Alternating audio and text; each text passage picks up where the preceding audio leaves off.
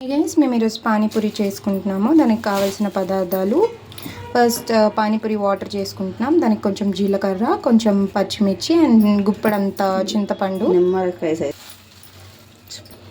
నిమ్మకాయ సైజ్ అంతా చింతపండు అంట గైస్, నాకు తెలీదు. ఇప్పుడు మేము పానీపూరికి కావాల్సిన కర్రీ చేసుకుంటున్నాం. దానికి ఫస్ట్ ఆలు కట్ చేసి అది స్టవ్ మీద పెట్టి బాయిల్ చేయాలి. బడబడ బాయిల్ అయిన తర్వాత కొంచెం మెత్తగా తీసి స్మాష్ చేసుకోవాలి గైస్. ఇప్పుడు పానీపూరికి కావాల్సిన మెయిన్ ఐటమ్ ఏమో పానీపూరి డొక్కులు ఇలా ఫ్రై చేసుకోండి గైస్. ఎక్కువ ఫ్రై చేసుకోండి, బ్లాక్గా అవుతుంది, టేస్ట్ బాగోదు. డొక్కులు అనొద్దు గాయస్, పానీపూరి పూరీలు అనాలంట గాయస్, నాకు తెలీదు. అందుకే ఇప్పుడు పానీపూరి పూరీలు మీకు కావాల్సిన నేర్పుకోండి.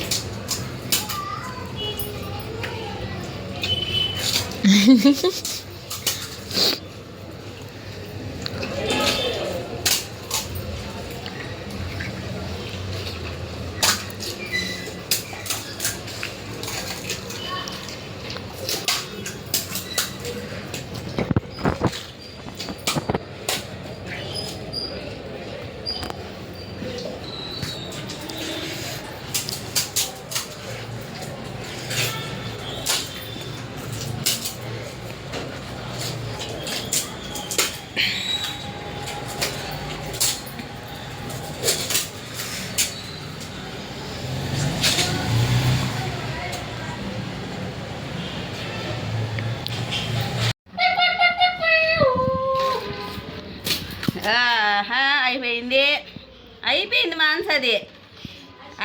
మాన్సది, అయిపోయింది ఫాస్ట్. నాలుగోది ಯಾರು ನೋಡೋಣ ವಿನ್ನಾಗೋದು. ಆರೋದಿ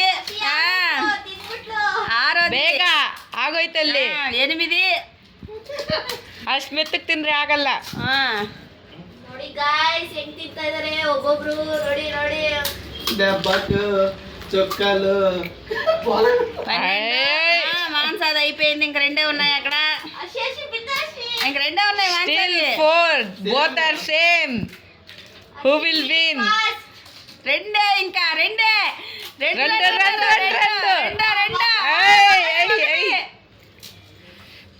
ಎರಡು ಕೈಯಲ್ಲಿ ತಿನ್ಬೇಕಾ, ಒಂದು ಕೈಯಲ್ಲಿ ತಿನ್ನಮ್ಮ ಸಾಕು.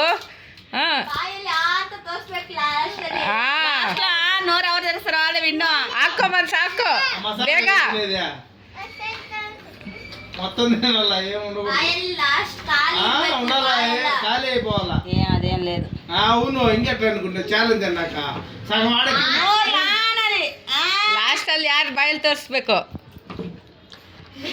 ఇంకా ఉండాలి అర్చిత కింద. ನೋಡಿ ಗೈಸ್, ನೋಡಿ. ಓ ಮಾನ್ಸನೇ